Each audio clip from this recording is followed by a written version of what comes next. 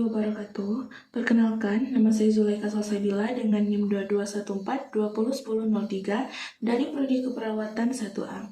Yang saya hormati, Ibu Nurse Imelda Rahamayunia Kartika, Eskep MCAP, selaku dosen pengampu mata kuliah biomedik. Melalui video ini, saya akan memenuhi tugas UAS Biomedik, di mana saya akan mempresentasikan materi yang akan dimulai dari bab 1 hingga bab 10. Baiklah teman-teman, yang pertama kita akan membahas mengenai sistem persarafan. Sistem saraf merupakan sistem organ yang terdiri atas serabut saraf yang tersusun atas sel-sel yang saling terhubung dan esensial aktivitas motorik volunteer dan involunteer organ dan jaringan tubuh dan hemostasis yang berbagai proses fisiologis tubuh. Nah, saraf ini terbagi menjadi dua. Yang pertama ada saraf pusat dan yang kedua ada saraf tepi. Saraf pusat terdiri dari otak, sumsum tulang belakang, dan sel-sel saraf neuron. Sedangkan saraf tepi terbagi menjadi dua. Yang pertama ada sistem saraf somatik dan yang kedua ada sistem saraf otonom. Baik, saraf pusat. Yang pertama itu ada otak. Otak merupakan mesin pengendali utama dari seluruh fungsi tubuh. Nah, otak ini dibagi menjadi dua. Yang pertama ada otak besar dan otak kecil. Otak besar berfungsi untuk mengatur gerakan tubuh, berpikir, dan menyimpan memori. Sedangkan otak kecil berfungsi untuk mengontrol gerakan tubuh, menjaga keseimbangan tubuh, dan mengatur postur tubuh, dan mempelajari gerakan yang baru. Baik, otak besar ini terdiri dari bagian kiri dan kanan. Bisa teman-teman lihat pada gambar yang telah saya sajikan di sini. Yang pertama itu ada lobus frontal, di mana berperan penting dalam mengatur emosi, terletak pada bagian depan tengkorak kita. Nah, bisa teman-teman lihat pada gambar ini, terdapat pada bagian gambar yang berwarna biru. Yang selanjutnya ada lobus occipital. Lobus occipital ini terletak pada bagian belakang otak yang berperan untuk mengendalikan suatu objek dan memahami kata-kata tertulis serta kemampuan dalam memahami warna. Nah, ini terdapat pada bagian gambar yang berwarna ungu, itu di belakang. Lalu ada lobus temporal yang terletak di bagian antara dua sisi kepala segaraman telinga, berperan dalam menyimpan memori, mengatur fungsi pendengaran. Nah, bisa teman-teman lihat itu terdapat pada gambar berwarna hijau. Nah, selanjutnya itu ada lobus varietal. Varietal ini terletak di belakang lobus frontal, fungsinya menafsirkan sentuhan, di mana mengetahui perbedaan suhu. Bisa teman-teman lihat pada gambar yang berwarna merah. Yang kedua itu ada sumsum tulang belakang. Sumsum tulang belakang ini merupakan bagian susunan dari saraf pusat yang terhubung ke otak melalui batang otak dan kemudian mengalir di sepanjang tulang belakang. Fungsinya untuk menyalurkan sinyal dari otak ke seluruh tubuh lainnya. Yang kedua itu memerintahkan otak untuk bergerak dan menerima sensorik dari tubuh serta mengirim informasi ke otak. Lalu yang ketiga itu ada saraf neuron. Saraf neuron ini terbagi menjadi tiga. Yang pertama sensorik, interneuron, dan motorik. Sensorik ini membawa pesan ke saraf pusat, sedangkan motorik membawa pesan dari saraf pusat. Dan interneuron menghantarkan pesan dari kedua di atas. Lalu yang ketiga itu ada anatomi neuron, itu terbagi menjadi tiga, yaitu yang pertama ada badan sel, dendrit, dan akson. Nah, bisa teman-teman lihat pada gambar yang telah disajikan. Di sini terdapat anatomi sel saraf neuron. Yang pertama itu ada badan sel. Badan sel ini memiliki inti dari sel. Yang kedua itu ada dendrit. Dendrit ini merupakan serat pendek seperti sikat yang melekat pada bagian seluler. Bisa teman-teman lihat pada gambar yang telah disajikan. Yang kedua itu ada akson. Akson merupakan suatu percabangan dari sel saraf yang keluar dari badan sel yang berfungsi untuk menghantar informasi dari badan sel ke akson terminal. Lanjut untuk ke pembahasan yang kedua, itu mengenai syaraf tepi. Syaraf tepi ini merupakan penghubung bentuk responsiti saraf pusat ke organ lainnya dan ini terbagi menjadi dua, yaitu ada somatik dan otonom. Somatik ini terdiri dari 12 pasang saraf kranial dan 31 saraf spinal. Bisa teman-teman lihat pada gambar yang telah disajikan. Yang pertama ada gambar 12 pasang saraf radial dan yang kedua ada gambar 31 saraf spinal. Fungsinya untuk mengontrol semua hal secara sadar. Sedangkan otonom itu berfungsi untuk mengontrol aktivitas secara tidak sadar. Otonom ini juga dibagi menjadi dua, yaitu ada simpatik dan parasimpatik. Saraf tepi ini berdasarkan arah datangnya impuls juga dibagi menjadi dua. Yang pertama ada sistem saraf efferon atau sensorik. Yang kedua ada sistem saraf eferen atau torik. Lalu lanjut ke pembahasan konsep biolistrik. Lengkung refleks merupakan jalur yang dilalui proses refleks atau gerakan refleks. 5 komponen dasar lengkung refleks. Yang pertama itu ada reseptor sensorik, yang kedua ada jalur eferen, yang ketiga ada pusat integrasi, yang keempat ada pusat efektor, dan yang kelima ada jalur eferen. Macam-macam gerakan refleks yaitu terbagi menjadi dua, yaitu menosinatik dan polisaptik. Menosinatik ini merupakan gerakan sederhana yang masuk ke neuron sensorik dan hanya melewati satu sinaptik. Sedangkan polisaptik ini merupakan refleks purofisial dan lengkung dalam. Fungsi sensorik dalam lengkung refleks untuk menerima rangsangan dari reseptor yang akan diteruskan ke sumsum tulang belakang. Seperti ketika lutut ditekuk, maka respon lutut akan langsung tertekuk. Contoh-contoh gerakan refleks, yang pertama itu ada kaki terangkat saat terkena benda tajam, yang kedua ada benda otomatis akan jauh saat terkena benda panas. Baik teman-teman, pembahasan kedua itu mengenai sistem endokrin. Sistem endokrin adalah kelenjar yang menghasilkan hormon-hormon. Sistem endokrin ini terbagi menjadi beberapa bagian. Yang pertama adalah hipotalamus. Hipotalamus merupakan bagian dari otak yang terletak di antara cerebrum dan batang otak, tepatnya di atas chiasta optica dan di bawah talamus. Fungsinya menjadi pusat kontrol dari fungsi autonomik, lalu sebagai sekresi hormon dan sebagai pusat emosi. Dan perilaku juga pusat rasa haus dan lapar. Nah, bisa teman-teman lihat pada gambar yang ada di layar. Gambar ini merupakan anatomi hipotalamus, hipofisis, dan organ-organ target. Hormon yang dihasilkan oleh hipotalamus antaranya oksitosin, hormon pelepas kortikotropin, pelepas antirodopin, hormon pelepas gonadotropin, somatostatin, dan antidiuretik. Lalu yang kedua ada hipofisis atau pituitari. Hipofisis ini merupakan kelenjar yang berada pada otak bagian dasar, dan kelenjar ini terbagi menjadi dua lobus. Yang pertama ada lobus anterior dan kedua ada lobus posterior. Lobus anterior menghasilkan 6 jenis hormon, sedangkan posterior ini merupakan tempat penyimpanan hormon ADH dan oksitosin yang dihasilkan oleh ujung saraf hipotalamus. Yang ketiga itu ada kelenjar tiroid. Kelenjar tiroid ini terletak di bawah laring di depan trakea kelenjar. Ini merupakan dua lobus yang dihubungkan oleh massa jaringan yang disebut isthmus. Nah, bisa teman-teman lihat pada gambar di atas ini merupakan gambar dari anatomi kelenjar tiroid.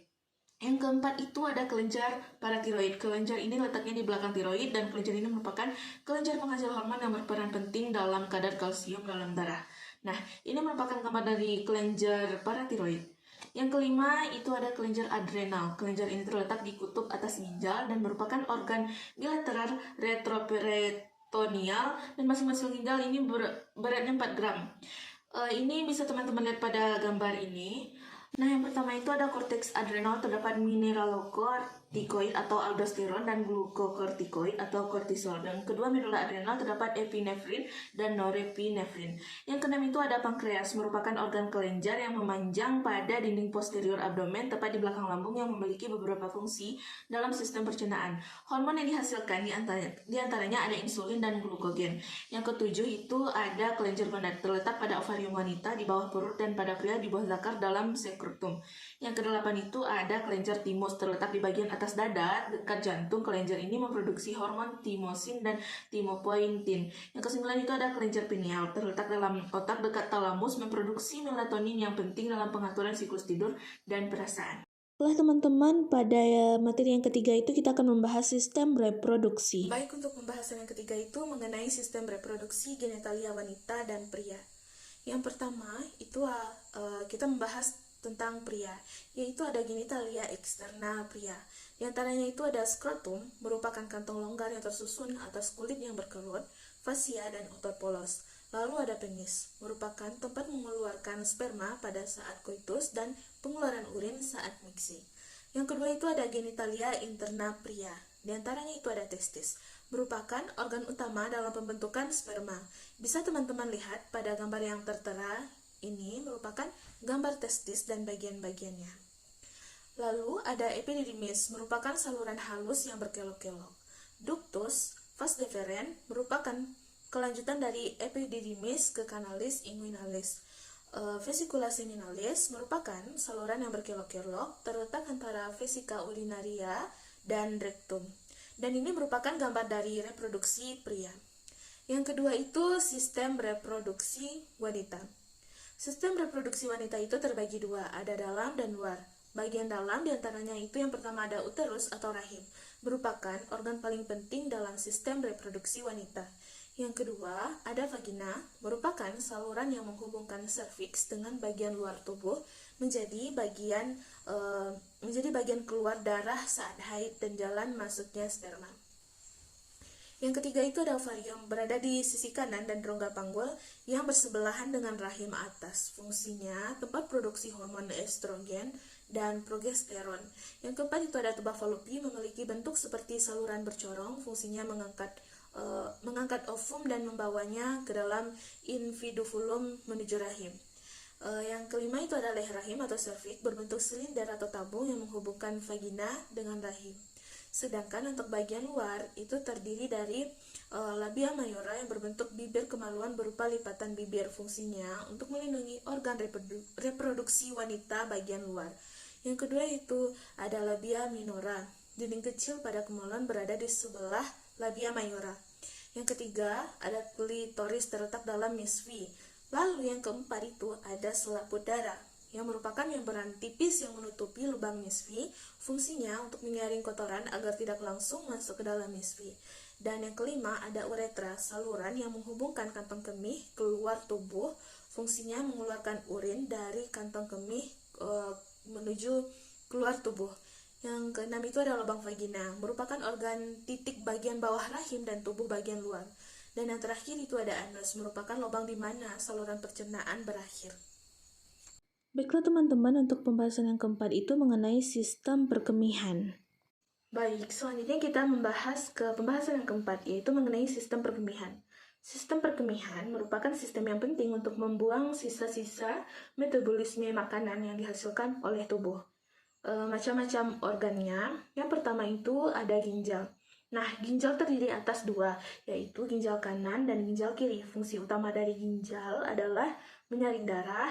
Bisa teman-teman lihat pada gambar yang telah tertera. Gambar ini merupakan bagian-bagian dari ginjal. Nah, bagian ginjal diantaranya itu ada nefron. Nefron ini bagian yang dapat mengambil darah dan memetabolisme nutrisi. Lalu ada renal corpuscle, merupakan sel ginjal memiliki dua struktur tambahan seperti glomerulus, yaitu sekelompok kapiler ini dapat menyerap protein dari darah yang berjalan melalui sel darah ginjal. Lalu ada kapsul albumen, yaitu cairan yang tersisa disebut dengan urin kapsuler, akan dialirkan ke dalam tubulus ginjal. Nah, lalu ada renal tubulus atau tubulus ginjal. Tubulus ginjal adalah serangkaian tabung yang dimulai setelah kapsul albumen dan berakhir di saluran pengumpul.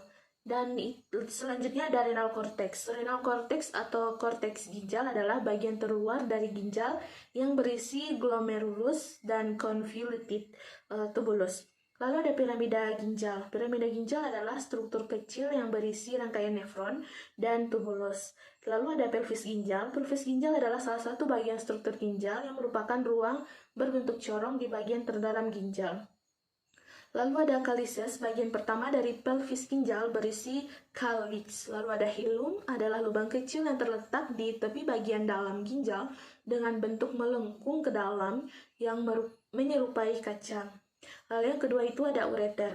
Ureter ini adalah suatu saluran muskuler berbentuk silinder atau pipa yang menghubungkan ginjal dengan kantung kemih. Di sini juga ada gambar mengenai ureter. Fungsi ureter adalah meneruskan urin yang diproduksi oleh ginjal ke dalam kantung kemih. Lalu yang ketiga itu ada kantung kemih. Kantung kemih ini adalah organ yang berbentuk seperti kantung dan terletak di panggul di belakang tulang kemaluan. Fungsi kantung kemih yang sehat adalah untuk menyimpan urin hingga waktunya dikeluarkan oleh tubuh. Lalu yang keempat itu ada uretra. Fungsi uretra yang utama adalah mengeluarkan urin dari kantung kemih keluar dari tubuh. Baiklah teman-teman, untuk pembahasan yang kelima itu mengenai sistem pernafasan. Lanjut ke pembahasan yang kelima, yaitu mengenai sistem pernafasan. Sistem pernafasan merupakan proses penggerakan udara masuk dan keluar dari paru-paru untuk memfasilitasi pertukaran gas dengan lingkungan internal tubuh, terutama pemasukan oksigen dan membuang karbon dioksida. Nah, alat pernafasan itu terbagi menjadi 7. Bisa teman-teman lihat pada gambar di atas. Yang pertama itu ada rongga hidung, ada faring, laring, ada trakea, ada bronkus, ada bronkiolus, dan ada alveolus. Yang pertama itu rongga hidung, yaitu merupakan pintu utama hidung atau pernafasan. Fungsinya sebagai tempat masuknya udara menuju tenggorokan dan menjaga kelembapan suhu. Bisa kita lihat pada gambar yang tertera. Kedua rongga hidung dipisahkan oleh septum nasi. Lalu yang kedua itu faring, terletak pada tenggorokan bagian atas, berupa tabung yang terletak di bagian mulut dan rongga hidung. Fungsinya menyalurkan udara dari hidung dan mulut menuju trakea. Nah, ini merupakan gambar dari faring. Terdapat nasofaring pada warna hijau dan orofaring pada warna kuning, lalu ada laringofaring bagian biru. Yang ketiga, ada epigiotis, merupakan katup yang berfungsi untuk mencegah makanan dan minuman masuk ke dalam saluran udara pada tenggorokan. Selanjutnya, yang keempat ada laring, yaitu fungsinya untuk melindungi saluran pernafasan dan menyaring benda asing yang masuk ke dalam saluran pernafasan. Nah, ini merupakan gambar dari laring. Lalu yang kelima ada trakea, fungsinya menyalurkan udara menuju paru-paru. Trakea ini dilapisi oleh mukosa dan jaringan submukosa dan adventitia, dan ini merupakan gambar dari anatomi sistem pernafasan trakea. Lalu yang keenam itu ada bronkus. Nah, bronkus ini merupakan saluran yang menghubungkan trakea dan paru-paru. Fungsinya menghantarkan udara dari saluran nafas atas dalam paru-paru sekaligus menyalurkan dari paru-paru. Nah, ini contoh dari gambar bronkus. Lalu yang ketujuh ada bronkiolus. Fungsinya itu untuk mengendalikan jumlah udara yang masuk ke paru-paru ketika bernafas. Nah, ini merupakan contoh gambar dari anatomi bronkiolus. Lalu yang terakhir itu ada alveolus. Nah, alveolus ini merupakan bagian terminal cabang-cabang bronkus dan bertanggung jawab akan struktur paru-paru yang menyerupai kantong kecil terbuka pada salah satu sisinya sebagai tempat bertukarnya oksigen dan CO2 di paru-paru. Baiklah teman-teman, untuk pembahasan yang keenam itu mengenai sistem muskuloskeletal. Lalu untuk pembahasan yang keenam itu kita mengenai sistem muskuloskeletal. Nah, muskuloskeletal ini berasal dari kata muskulo yang berarti otot dan skeletal berarti rangka atau tulang. Yang pertama itu ada muskul atau otot, merupakan salah satu jenis jaringan primer. 3 jenis jaringan otot yaitu otot rangka, otot jantung, dan otot polos. Yang pertama kita akan membahas otot rangka. Nah, merupakan bagian terbesar tubuh kita. Bisa teman-teman lihat pada gambar yang tertera di atas. Nah, bisa dilihat otot-otot rangka baik dari depan maupun belakang. Fungsinya otot rangka yaitu menghasilkan gerakan otot dan mempertahankan postur dan posisi tubuh terhadap gaya gravitasi. Ciri-ciri otot rangka diantaranya bercorak lintang, terdapat pada rangka tubuh dan bekerja sesuai kesadaran. Nah, berikut nama-nama otot rangka, yaitu ada otot-otot wajah, otot-otot mata, otot lidah, otot leher, otot bahu, otot dada, otot vertebrata, abdomen, humerus, lengan bawah, pelvis, anterior, dan posterior. Terakhir ada otot-otot kaki. Yang kedua itu ada otot polos. Sebagian besar sel otot polos ditemukan di dinding saluran dan organ berongga. Fungsinya membantu dalam pencernaan makanan ataupun ciri-ciri otot polos diantaranya berbentuk gelendong, mempunyai inti sel, dan tidak mempunyai garis melintang. Nah, berikut gambar yang tertera merupakan anatomi dari otot polos. Yang ketiga itu otot jantung. Otot jantung memperlihatkan serat lintang karena filamen tebal dan tipisnya tersusun sangat teratur menjadi pola pita yang reguler. Fungsinya untuk memompa darah ke pembuluh darah untuk sirkulasi ke seluruh tubuh. Ciri-ciri otot jantung diantaranya berbentuk memanjang. Nah, mempunyai inti sel dan terdapat garis melintang dan terang. Lalu untuk pembahasan selanjutnya itu mengenai skeletal.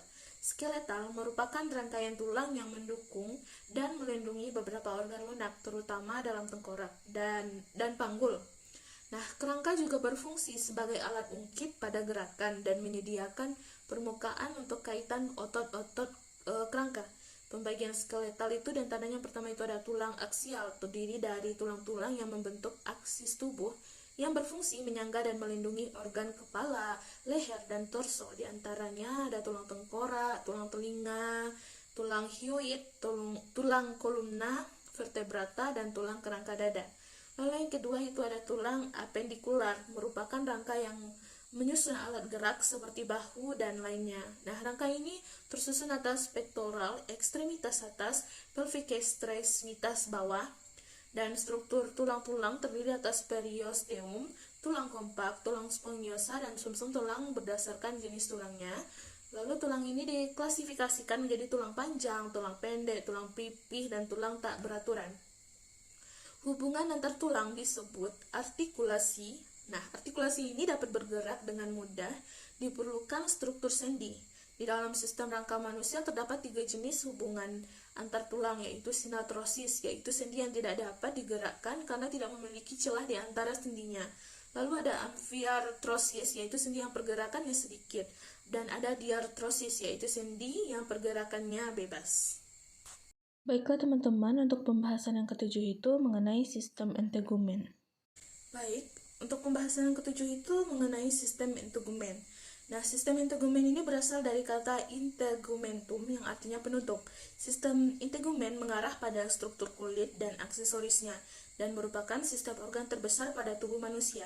Yang pertama itu ada kulit. Fungsinya untuk melindungi tubuh bagian dalam dan melindungi tubuh dari ancaman yang berbahaya dari lingkungan sekitar.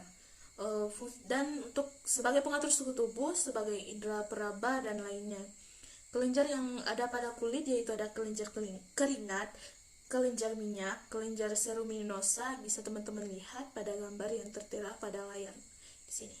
Nah, gambar ini merupakan bagian-bagian dari kulit. Lalu ada struktur lapisan kulit.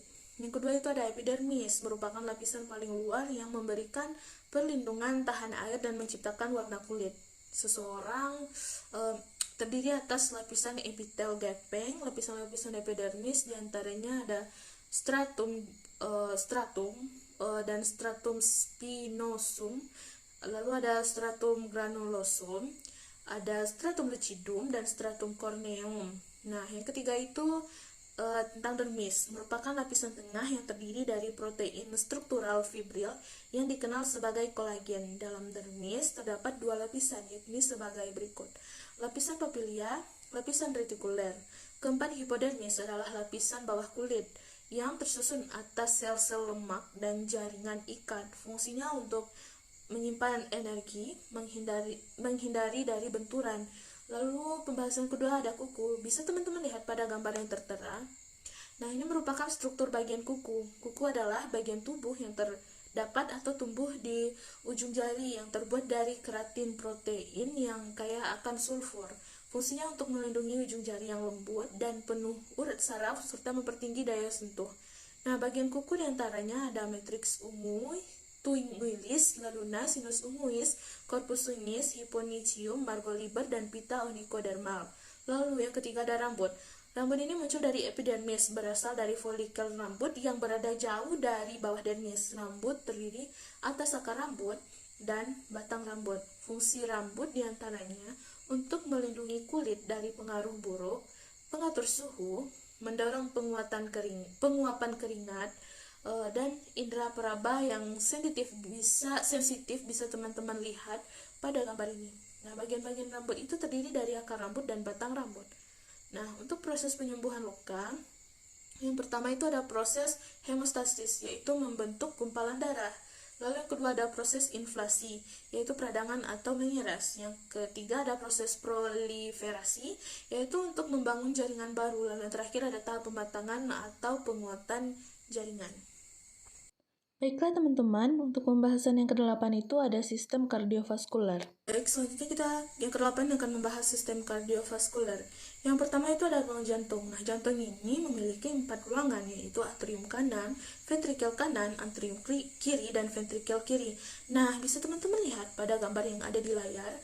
Bagian pertama itu ada atrium kanan yang berfungsi untuk menerima darah deoksigenasi, lalu ada ventrikel kanan yang berfungsi menerima darah dari atrium kanan, lalu ada atrium kiri yang berfungsi menerima darah heterogenasi, dan terakhir ada ventrikel kiri yang berfungsi menerima darah dari atrium kiri. Lalu ada katup jantung memiliki dua tipe katup, yaitu katup anterioventrikuler dan katup semilunar. Katup jantung ini tersusun oleh endotelium yang dilapisi oleh jaringan fibrosa.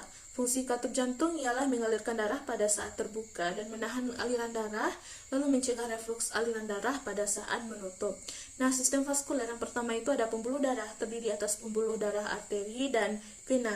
Pembuluh darah ini tersusun atas 3 jenis jaringan, antaranya ada intima tunica media dan tunica adventitia segmen vaskuler. Nah, yang kedua itu ada arteri dan arteriole, merupakan perpanjangan dari aorta dan merupakan pembuluh darah dengan tekanan darah tinggi. Lalu yang ketiga itu ada vena dan venula, merupakan saluran untuk mengalirkan darah dari perifer dan masuk ke aliran sistemik dan merupakan tekanan darah rendah. Lalu yang keempat ada kapiler, merupakan suatu pembuluh darah kecil. Nah, pembuluh darah yang keluar dari jantung disebut arteri, sedangkan pembuluh darah yang mengalir kembali ke jantung disebut vena. Berikut gambar mengenai pembuluh darah. Sistem limfatik ini merupakan komponen tambahan dari sistem sirkulasi, terdiri dari limfe yang merupakan cairan plasma protein, pembuluh limfatik, dan jaringan limfoid. Sedangkan struktur sel darah yang pertama itu ada sel darah merah. Sel darah merah ini terdiri dari membran dan hemoglobin. Yang kedua itu ada sel darah putih atau leukosit. Nah, ini terdiri dari dua kategori, yaitu granulosit dan agranulosit. Dan yang termasuk dalam agranulosit itu ada limfosit B dan limfosit T. Limfosit B ini memproduksi antibodi, sedangkan limfosit T berhubungan dengan benda asing. Yang terakhir ada trombosit. Trombosit ini merupakan sel tak berinti berbentuk cakram dengan diameter 2-3 mm, serta jumlah trombosit normal itu berkisar antara 150.000 sampai 400.000 mili. Fungsinya untuk merangsang pengerutan pembuluh darah sehingga terjadi penyempitan ukuran lubang pembuluh darah.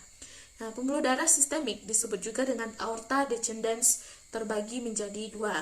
Yang pertama ada part thoracalis dan kedua ada part abdominalis. Lalu ada sistem peredaran darah. Yang pertama itu ada ventrikel kanan, yaitu berkontraksi sehingga darah dipompa ke paru-paru melewati arteri pulmoner. Lalu ada arteri pulmoner melanjutkan darah ke kapiler paru-paru kiri dan kanan. Dari paru-paru kiri dan kanan dilanjutkan kembali menuju jantung melalui vena pulmoner. Lalu dari vena pulmoner akan diterima kembali oleh jantung, tepatnya di atrium kiri. Lalu dari atrium kiri akan dilanjutkan ke ventrikel kiri. Jika ventrikel kanan memompa darah ke paru-paru, maka ventrikel kiri ini akan memompa darah ke seluruh tubuh.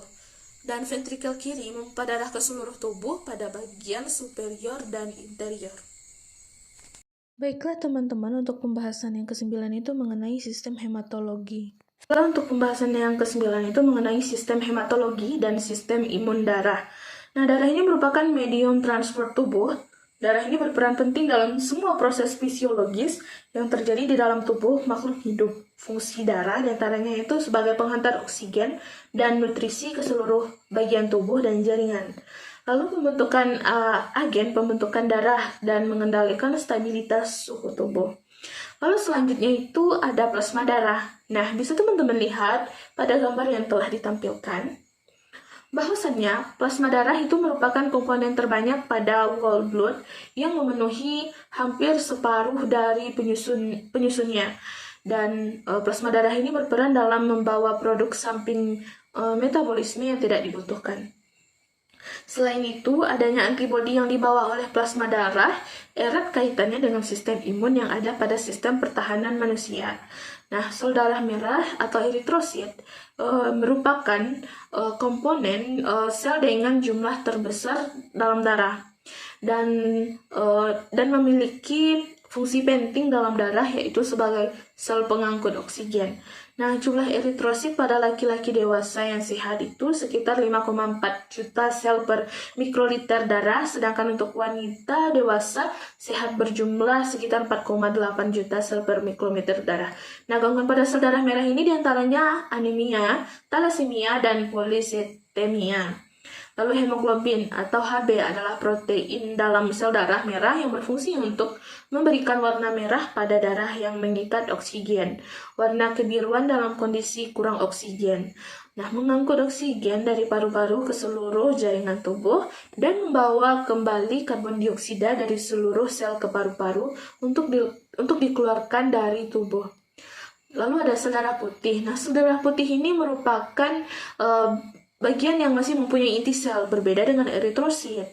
Nah, berikut contoh gambar dari sel darah putih yang telah ditampilkan pada layar. Lalu, gangguan pada sel darah putih atau leukosit, ya, diantaranya itu ada limfoma, itu kanker darah yang terjadi pada sistem limfatik tubuh. Sel kanker ini menyerang limfosit yang memiliki fungsi melawan infeksi. Jenis utama limfoma adalah limfoma Hodgkin dan limfoma Hodgkin. Leukemia yaitu kanker darah yang terjadi karena sel darah putih berkembang biak dengan ganas dalam sumsum tulang tubuh. Penyakit ini dapat bersifat akut maupun kronis. Pada leukemia kronis, perkembangannya terjadi cenderung lebih lambat daripada yang akut. Nah, lalu ada sindrom myelodysplasik atau tubuh menghasilkan terlalu banyak sel. Nah, sel-sel yang belum matang dan sampai suatu keadaan di mana sel abnormal lebih banyak dari sel matang. Lalu ada trombosit, berbentuk cakram bulat, lalu oval bikonveks, tidak berinti dan hidup sekitar 10 hari. Diproduksi oleh sumsum tulang. Nah, gangguan pada trombosit diantaranya penyakit von Willebrand, hemofilia, dan trombositemia. Lalu yang terakhir itu ada sumsum tulang, merupakan mesin pembentuk sel darah. Nah, berikut gambar dari sumsum tulang. Baiklah teman-teman, yang terakhir itu kita akan membahas mengenai sistem pencernaan. Baiklah teman-teman, untuk pembahasan yang terakhir itu mengenai sistem pencernaan dan metabolisme tubuh. Yang pertama itu kita akan membahas mengenai sistem pencernaan. Sistem pencernaan adalah proses yang dilakukan oleh sistem organ pencernaan untuk mengolah makanan agar dapat diserap nutrisinya dan diubah menjadi energi. Yang pertama itu ada organ pencernaan manusia, diantaranya ada rongga mulut. Nah, di mulut ini ada gigi, lidah, dan kelenjar ludah. Nah, kelenjar ludah ini menghasilkan ludah yang mengandung enzim amilase. Berikut gambar dari rongga mulut. Lalu ada kerongkongan. Nah, kerongkongan ini merupakan jalur masuk makanan di kerongkongan yang bernama faring. Nah, kerongkongan adalah jalannya makanan dari mulut menuju ke lambung. Lalu yang ada lambung, yaitu letaknya di bawah sekat rongga dada, diafragma, bentuknya seperti kantung, dan lambung ini memiliki 3 bagian, yakni bagian atas atau kardiak, bagian tengah fundus, dan bagian bawah pilorus. Berikut gambar dari lambung. Lalu ada usus halus. Nah, usus halus ini berada di antara lambung dan usus besar dan terdiri atas duodenum. Nah, usus 12 jari atau usus kosong, jejunum atau usus penyerapan ileum. Lalu usus besar ascendent, kanan rongga perut, transversum melintang dari kanan kiri di bagian atas rongga perut, descendant kiri rongga perut, sigmoid bagian yang terhubung dengan rektum. Nah, berikut gambar dari usus besar dan usus halus. Lalu pembahasan selanjutnya itu mengenai rektum, yaitu ruangan yang berasal dari ujung usus besar dan berakhir di anus. Lalu ada kelenjar pencernaan, itu terdiri dari pankreas, hati, dan kelenjar empedu. Selanjutnya kita akan membahas mengenai metabolisme sistem pencernaan pada manusia. Nah, yang pertama itu makanan masuk melalui mulut dan mengalami proses ingesti dan mastikasi. Yang kedua, makanan melewati kerongkongan menuju lambung yang disebut proses deglutisi. Dan yang ketiga, ada makanan masuk ke dalam lambung dan dicerna disebut proses digesti. Lalu selanjutnya makanan masuk ke dalam usus halus dan disebut proses absorpsi. Dan sisa makanan masuk ke dalam usus besar untuk mengurangi kadar air dan proses pembentukan feses. Dan feses ini keluar melalui anus yang disebut proses defekasi. Nah, berikut gambar dari sistem pencernaan pada tubuh manusia. Baiklah teman-teman, mungkin hanya itu yang dapat saya sampaikan dan saya tampilkan. Jika ada kata-kata yang salah atau pemilihan kata yang kurang tepat, mohon dimaafkan. Dan saya akhiri dengan Assalamualaikum warahmatullahi wabarakatuh.